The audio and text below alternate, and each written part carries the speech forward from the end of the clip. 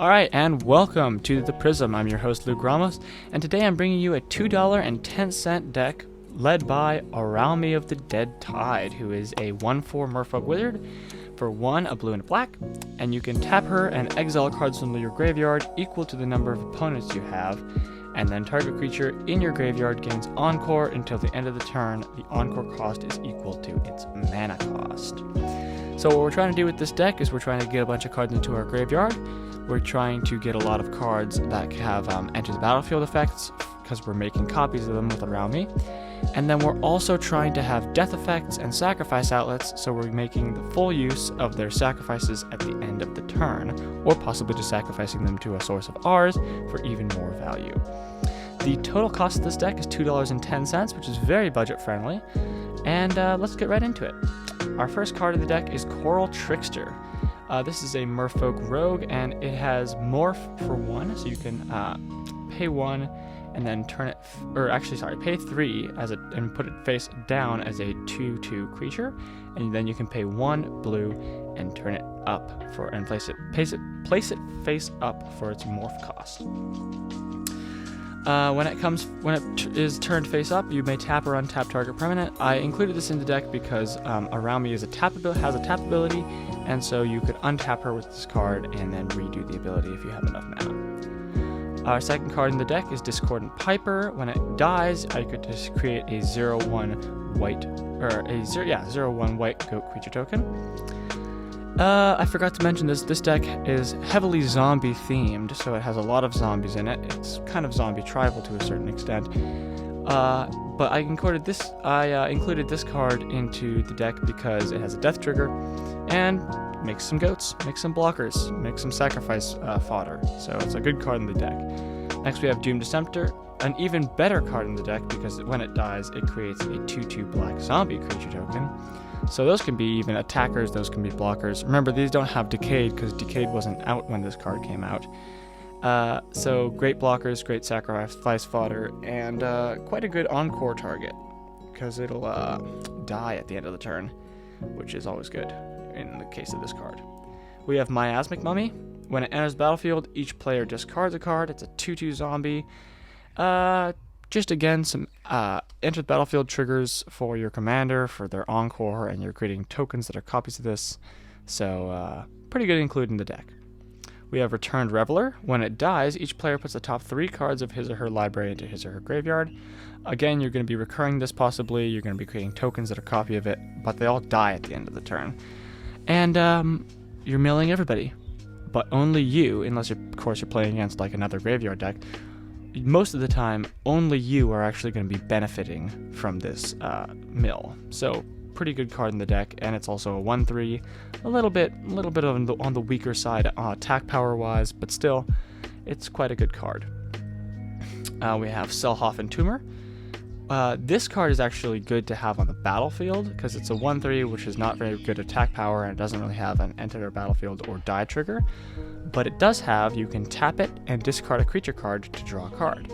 Now remember, you want creatures in your graveyard that you can use to Encore. So discarding a creature card and replacing that with possibly an answer to a threat or even other creatures, it's always good. We have Wailing Ghoul. When it enters the battlefield, again, it's like the same mill thing, which is better for you. Aven Eternal.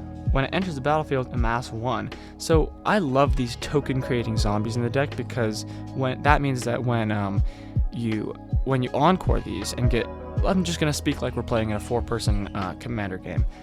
When you get 4 copies of this, that's 4 of those tokens, or in this case, creating a 4/4 because amass works where you put a counter on an army you control. So again, a great card in the deck. This one actually is a 2/2 with flying, which is almost better, and pretty darn good Encore target. We have Bloodflow Connoisseur, one of our best sacrifice outlets, where you can sacrifice a creature, put a +1/+1 counter on it. It is a vampire, so I was sad to go off the zombie theme, but then again, vampires are undead, so I thought it was pretty close enough, and it's just a great sacrifice outlet in the deck. We have Bronze Walrus. This was included in my last deck. If you haven't checked it out, it's a Belby deck for a very low cost as well. And this is a pretty cheap mana rock. It's a 3-for-1, which doesn't sound very good, but it's also a creature. It's also a sacrifice fodder. It's when it enters the battlefield, you get to scry 2. So it's a kind of like a utility card in a certain way, and it's got very versatile abilities. We have Clever Conjurer, another untap for our commander, so we can activate her ability more than once in a turn. We have Crow of Dark Tidings. When it enters or dies, mill 2 cards. So this one only targets you, so it's a little bit less good, but still it's quite good to get stuff into your graveyard, which in this deck is kind of like a second hand almost, because you can cast things from it and stuff like that. Also, Crow of Dark Tidings is very good in this deck because it is a 2-1 with flying, so it's a bit more damage and a bit more evasion. And also, its activation where you mill 2 cards is on battlefield or death. So if you create 4 copies of this, you're going to be milling 16 cards that turn. You mill 8 when they enter, and you mill 8 when they die. And that can get you a lot of your really, really good cards that you want in your graveyard into your graveyard. So it's quite a good card in this deck. We have Dead Reveler, which is a 2/3 with Unleash. So you can have end of the battlefield with a +1/+1 counter on it or haste. But remember, they already have haste if they're being encored out. So actually, you can basically just have it come in as a 3/4 for basically free. Defiant Salvager, another great sacrifice outlet in this deck, is about the same as Bloodflow Connoisseur, but there's not really any artifacts in this deck, or not very many of them, so pretty good. And same stats actually, except actually a little bit bigger than Bloodflow Connoisseur, so I think a better include in the deck. We have Draugr Thought Thief. When it enters the battlefield, you get to look at the top card of target player's library, and you may put that into your card. So again, I mean, this is just theoretical, but you could always use it on yourself, or you can use it on an opponent, and maybe you look at the top card of their library, and it's like a board wipe or a counter spell, and you have really good plans next turn. Well, now that card is in their graveyard, and unless they're playing a graveyard deck, like I said earlier, they're probably not going to be able to get it back. So this could honestly be an answer to some things. Maybe you're even playing against a deck which likes to manipulate the top card of their library, and you can just ruin one of their plans. We have Falcon Abomination. When it enters the battlefield, we get a 2/2 black zombie with Decayed. Decayed is a little bit worse than the old zombies because it dies at the end of attacks, and it also can't block. But still, a 2/2 with flying that creates another 2/2 when it enters is never bad. We have Gorging Vulture. When it enters the battlefield, put the top 4 cards of your library into your graveyard, and you gain 1 life for each creature card put there. So that's actually really good. It's a little bit of life gain, it's a little bit of card advantage from the graveyard, and again, if you're making 4 copies of this, that can be really good. Hobbling Zombie. When it dies, you get to create a 2/2 zombie with Decayed, I believe. Yes, and again, it's a 2/2 with Death Touch this time. It's another evasion technique, actually quite similar to our Falcon Abomination. But yeah, it's a pretty good card. It creates another body when it enters, or actually when it dies. So good for encores. Casket the Flesh Sculptor is something we can channel all of our token creation into. Because actually, if we're playing in a 4-person game, we're creating 3 encore copies, which we can just immediately sacrifice to Casket after a combat. And the nice thing is, Casket allows us to manipulate card advantage and put one of them into our hand, or 2 of them into our hand, and the other into our graveyard. So after we look at the top 3 cards of our library, which can be very powerful. So we can put the 2 cards that we want to encore next turn into our graveyard, and then we can also put one of them, maybe like an answer, into our hand, or a land, maybe, if we're missing land drops. So, honestly, a very good card. And it's a good sacrifice outlet. Liliana's Elite. This card can get enormous, depending on how many cards are in your graveyard. And if you encore this out, if they don't have enough blockers, this could be game-ending, depending on the person you're going against, their life total and such. But still, it can get very, very large and can be quite a threat. Phyrexian Ghoul, another great sacrifice outlet. It's a Phyrexian zombie where you sacrifice a creature and it gets +2/+2 until the end of the turn. Now, this doesn't exactly work entirely in our deck because Encore, they die at the end of the turn, but we get them tapped and attacking. But maybe we're attacking with a Phyrexian Ghoul, and we can Encore out something that enters the battlefield, creates a bunch of things, and then they're not really very powerful. Maybe it's like a 1/3 like earlier with our Returned Reveler, and we can just sacrifice it, and now our Phyrexian Ghoul is like an 8/8 or a 10/10, and that can be good. So that's why I included in this deck. We have Bushmeat Poacher, another great sack outlet where we can gain life equal to the toughness of the creatures that we're sacrificing, and draw a card. So that's a great card. Crypt Lurker, I actually love this card. So I said it was zombie tribal. I'm realizing as I go back, it is zombie tribal, but there's actually a lot of cards that are not zombies. So I apologize if you looked forward to zombie tribal. But when it enters the battlefield, you may sacrifice a creature or discard a creature card, and if you do, draw a card. That's value right there. Discarding a creature card that you can play again next turn, drawing a card, replacing it, getting answers, getting lands, and it's an ETB. So it's a very good card. It's a 3/4. That might be one of the best cards in this deck, actually. Forsaken Drifters. When it dies, you get to mill again, which is also good. Gravedigger, I love this card. It's actually a very old card. And maybe there's a card in your hand, or maybe there's a card in your graveyard that you're like, well, I like that card, but I don't want it to die at the end of the turn. Well, now that card can be into your hand. And if Gravedigger dies, and then you get to Encore it, you can do some pretty crazy things. Herald of the Dreadhorde, when it dies, amass 2, so that'll work very nice with Aven Eternal from earlier. And that's another good Encore target. Organ Hoarder, just some card advantage stapled onto a zombie who's a 3/2. We have Undead Executioner. These actually, when I was including these kind of cards into the deck, I was thinking this could honestly be like a destroy spell to a certain extent. Because if you have 4 copies of this, you can give target creature -8/-8, which can kill most things. And remember, even things that have indestructible, this is neither damage nor is it something that says destroy. So this can actually be a very versatile destroy thing. Undercity Necrolis is a nice sack outlet that puts a +1/+1 counter on it and gives it menace, which can be quite good. Diagraph Horde, I love this card. When it enters the battlefield, you get 2 black zombies, and you get to exile up to 2 target cards from graveyards. So let's say, first of all, you get to create 2 2/2 zombies. Even though they have decay, that's still pretty darn good. Also, maybe you are playing against another graveyard deck. You get to exile maybe some of their best pieces. So this is quite a good card in the deck. It's a 3/4, so relatively large. And I just really enjoy this card. I like the art, and I like everything about it. We have Drownyard Amalgam. You can have target player mill 3 cards when it enters the battlefield. So that gives you a little bit of choice in the matter. Maybe you don't want to mill yourself all the time because you're getting low in your deck. You can start milling your opponents and stuff. And also you can pay 3 and it can't be blocked this turn, which is also good. We have Grizzle Grinner. Whenever a creature dies, it gets +2/+2 until the end of the turn. Remember, we have a lot of sack outlets.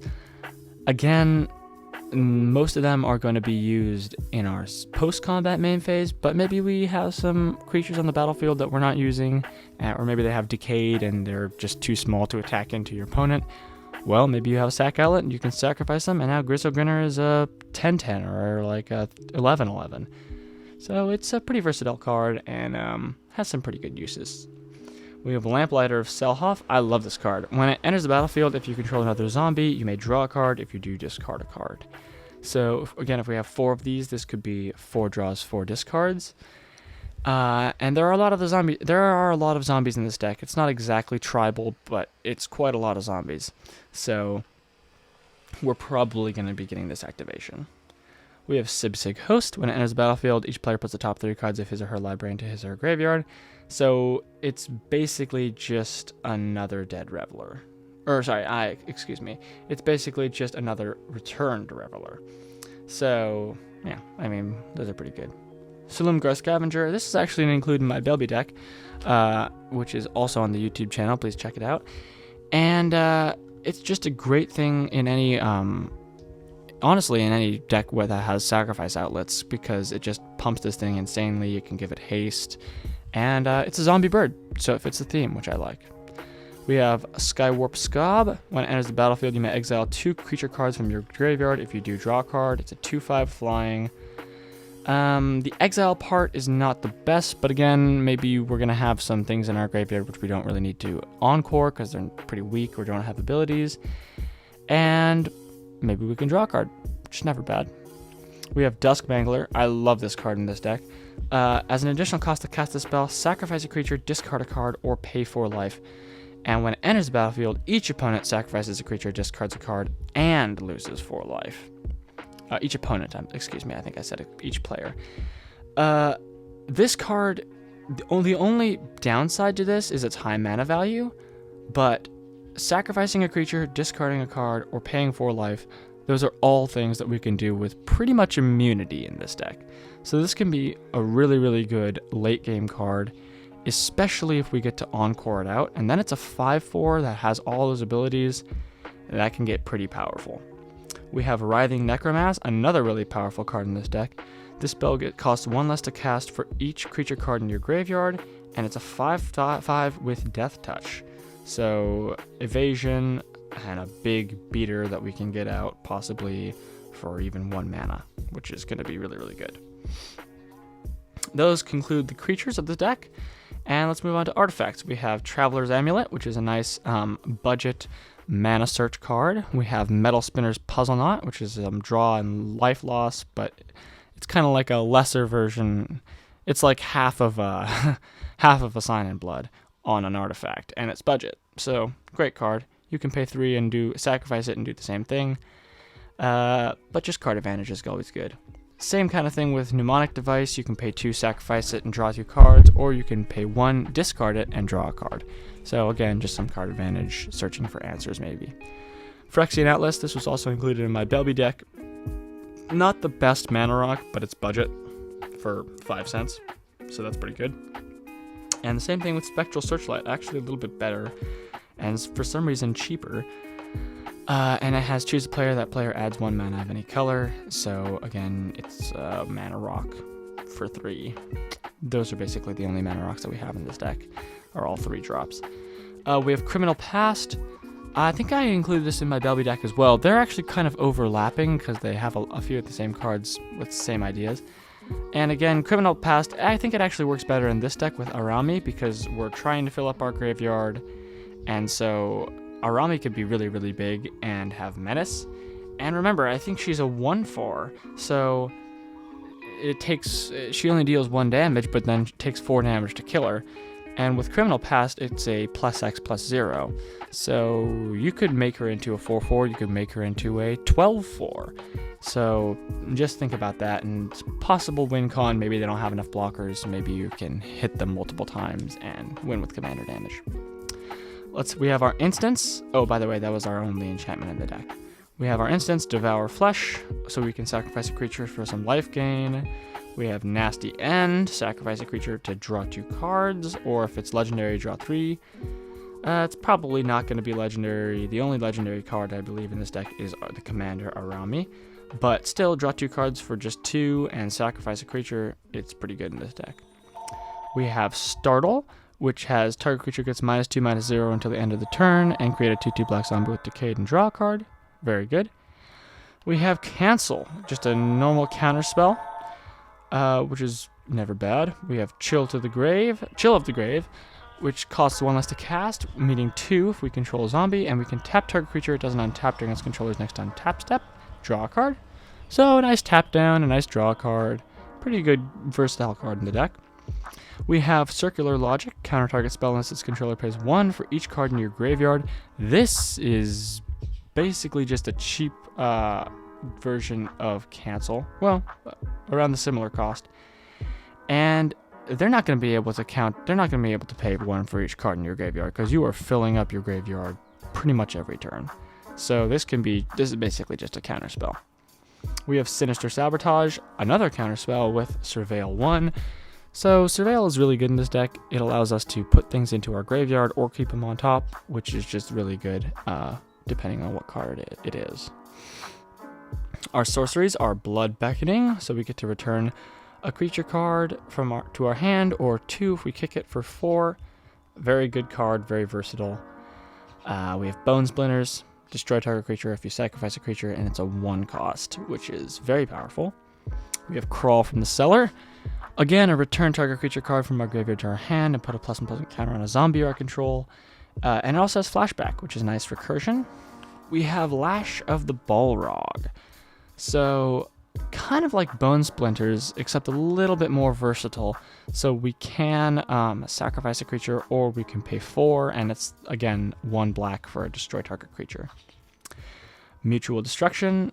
I included apparently a lot of these sacrifice a creature, destroy target creature cards. But they actually are quite good, because if you encore with Araumi, and then you have these cards until your end step, you can just use them basically as removal, because they're already going to die. So they should be utilized to the best of their ability. So that's Mutual Destruction. We have Cemetery Recruitment. Again, return a creature card from your graveyard to your hand. If it's a zombie, draw a card. Great card in this deck. I love it. 2 cost. I was surprised that it's so cheap. It's only 4 cents. But then again, there you go. We have Eviscerate, just a normal destroy target creature. We have Grim Bounty. Destroy target creature, create a treasure token. We have Vivisection, some great draw card with sacrifice on it. We have Liturgy of Blood, which that card is. I am surprised I have never seen this before, because this is quite a good card. It's effectively a 2-cost destroy spell. So you pay 5 and then destroy a creature, and then you get 3 black mana back. Which is honestly really good value. I mean, a 2-cost destroy spell is like nobody ever said no to that. Those are all the cards in the deck. Now we have our lands, Terminal Moraine, which is kind of like a good include in the deck when we can't have some of the better search lands and stuff like that. We have the Surgical Bay. Sacrifice the Surgical Bay, draw a card. Basically an island, but with a little bit of a thing on it, and enters battlefield tapped. And last we have Waterfront District. Kind of similar. It's a dual land, and you can pay 4, sacrifice it, and draw a card. So these cards are pretty good lands. If you have more of a budget, maybe you include like a Dimir Guildgate or a Dimir Aqueduct, but those weren't within the budget of this deck. That's about it. So I hope you enjoyed this video. I will try to include the deck list below. And thanks for tuning in. I'm Luke from The Prism. And like, share, and subscribe. And check out my other videos if you haven't seen them so far. Have a good one.